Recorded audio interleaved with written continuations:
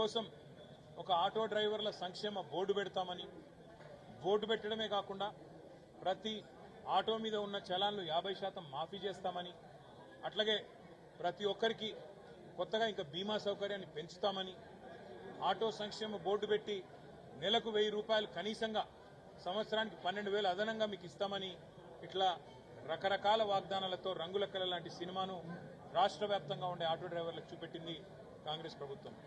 కానీ ఈరోజు వాస్తవ పరిస్థితి ఏంటి అంటే 93 మంది మరణించినా, శాసనసభలో నిలదీసినా, నష్టపరిహారం ఇవ్వాలని డిమాండ్ చేసినా దున్నపోతు మీద వానబడ్డట్టున్నది తప్ప కనీసం ఇప్పటిదాకా ఉలుకు లేదు, పలుకు లేదు, స్పందన లేదు.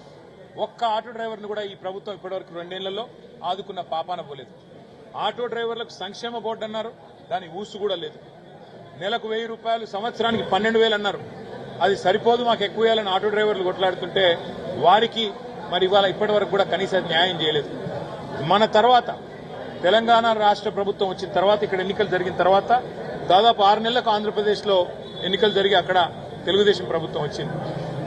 వాళ్ళు కూడా మాట ఇచ్చినారు, ఆటో డ్రైవర్లకు ఇస్తాం డబ్బులని.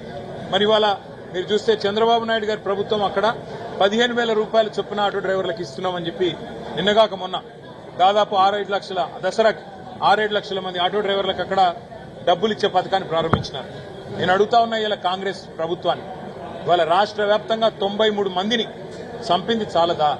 93 మందిని ఇవాళ బలి తీసుకున్నది చాలదా?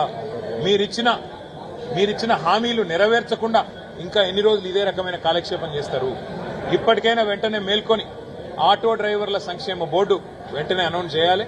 నెలకు 12,000, నెలకు 1000 రూపాయలు, మొత్తం సంవత్సరానికి 12,000 అన్నారు.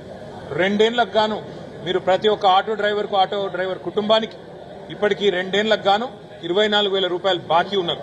వెంటనే ఆ బాకీ కూడా ఇవ్వాలి. దాంతోపాటు చనిపోయిన ప్రతి ఆటో డ్రైవర్కు మరి 10 లక్షల రూపాయల చొప్పున ఎక్స్గ్రేషియా కూడా ప్రభుత్వం వెంటనే చెల్లించాలని డిమాండ్ చేస్తా ఉన్నాం.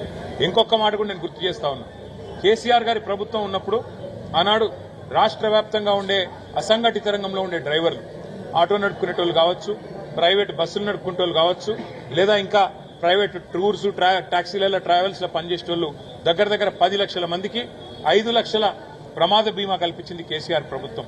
ఈ కాంగ్రెస్ ప్రభుత్వం ఎంత దుర్మార్గమైన ప్రభుత్వం అంటే, ఆనాడు కేసీఆర్ గారు తెచ్చిన పథకాన్ని అమలు చేయకుండా, దాన్ని కంటిన్యూ చేయకుండా, మొన్న అక్టోబర్లో కట్టాల్సిన ప్రీమియం కూడా, ఇన్సూరెన్స్ ప్రీమియం కూడా కట్టకపోవడం వల్ల దాదాపు 8-8.5 లక్షల మంది డ్రైవర్లు ఇవాళ వారికి ప్రమాద బీమా లేని పరిస్థితి వచ్చింది. అందుకే కాంగ్రెస్ ప్రభుత్వాన్ని మేము డిమాండ్ చేస్తున్నాం, గతంలో కేసీఆర్ గారు తెచ్చిన బీమా పథకం ఏదైతే ఉందో దాన్ని కంటిన్యూ చేయండి. చేతనైతే మీరు ఇచ్చిన మాట నిలబెట్టుకుని దాన్ని 5 లక్షలు ఉన్నదాన్ని 10 లక్షలు చేయండి. అంతేగాని ఈ రకంగా వాళ్ళని మోసం చేయడం, రెక్కాడితే గాని డొక్కాడని వాళ్ళను ఇబ్బంది పెట్టడం మంచిది కాదు, వాళ్ళ పొట్ట మీద కొట్టడం మంచిది కాదు. మీరు కావాలంటే మేము ఫ్రీ బస్ పథకాన్ని వ్యతిరేకిస్తలేం, ఫ్రీ బస్సుని ఇంకా పెంచండి, ఏసీ బస్సులకు కూడా ఫ్రీ బస్ పథకం వర్తింపజేయండి. ఖచ్చితంగా మరిన్ని బస్సుల సంఖ్య కూడా పెంచి మహిళలు కూర్చున్నతందుకు కూడా అవకాశం కల్పించండి. కానీ ఆ పేరు చెప్పి ఇవాళ లక్షలాదిగా ఉన్న ఆటో డ్రైవర్ల పొట్ట కొట్టకండి. మేము ఫ్రీ బస్సును వ్యతిరేకిస్తలేం, కానీ ఇక్కడ ఆటో డ్రైవర్లను కూడా ఆదుకోమని చెప్పి డిమాండ్ చేస్తున్నాం. ఈ పద్ధతి మంచిది కాదు. కాకులను కొట్టి గద్దలకు పెట్టే పద్ధతి మంచిది కాదు. ఈ రకంగా పేదవాళ్ళను కొట్టి ఇవాళ మీరు కాంట్రాక్టర్లకు ఏవైతే పైసలు ఇస్తున్నారో ఈ పద్ధతి మంచిది కాదు. నెలకు 10,000 కోట్ల చొప్పున 23 నెలల్లో రేవంత్ రెడ్డి ప్రభుత్వం 2,30,000 కోట్ల అప్పు చేసింది. ఎక్కడ పోయినాయి మరి పైసలన్నీ?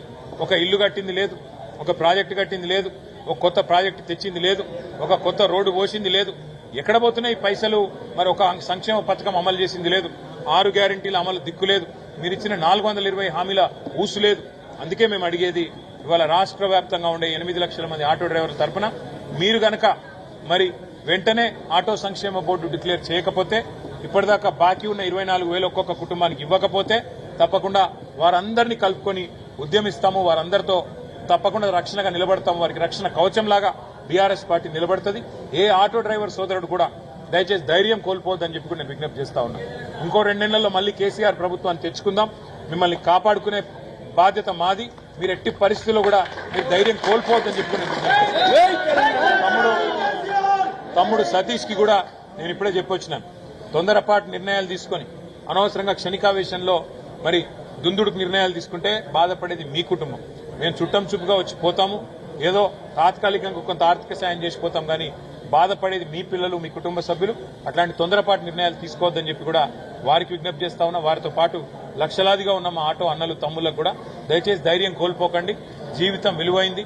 ఇట్లాంటి దుర్మార్గమైన ప్రభుత్వాలు వచ్చినప్పుడు, మీకు ఇబ్బంది పెట్టే పరిస్థితి ఉన్నప్పుడు తట్టుకొని నిలబడే ధైర్యం ఉండాలి, కొట్లాడే ధైర్యం ఉండాలి.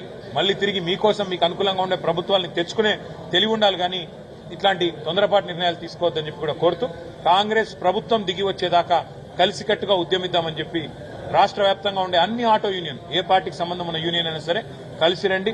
అవసరమైతే ఉద్యమంలో, తెలంగాణ ఉద్యమంలో చేసుకున్నట్టు జాయింట్ యాక్షన్ కమిటీలకు వేసుకుందాం. అందరం కలిసి ప్రభుత్వం మెడలు వంచి మరి హక్కులు సాధించుకుందామని చెప్పి కూడా తెలియజేస్తూ, మీడియాకు కూడా తప్పకుండా నేను విజ్ఞప్తి చేస్తా ఉన్నా. ఈ సోదరులందరూ కూడా రెక్కాడితే కానీ డొక్కాడని జీవులు, చదువుకున్న వాళ్ళు, పీజీలు చేసిన వాళ్ళు కూడా ఉన్నారు. వాళ్ళ తరపున నిలబడండి, వాళ్ళ వాదన వినిపించండి, వాళ్ళ వేదన మరి ప్రపంచానికి, ముఖ్యంగా ప్రభుత్వానికి చూపెట్టి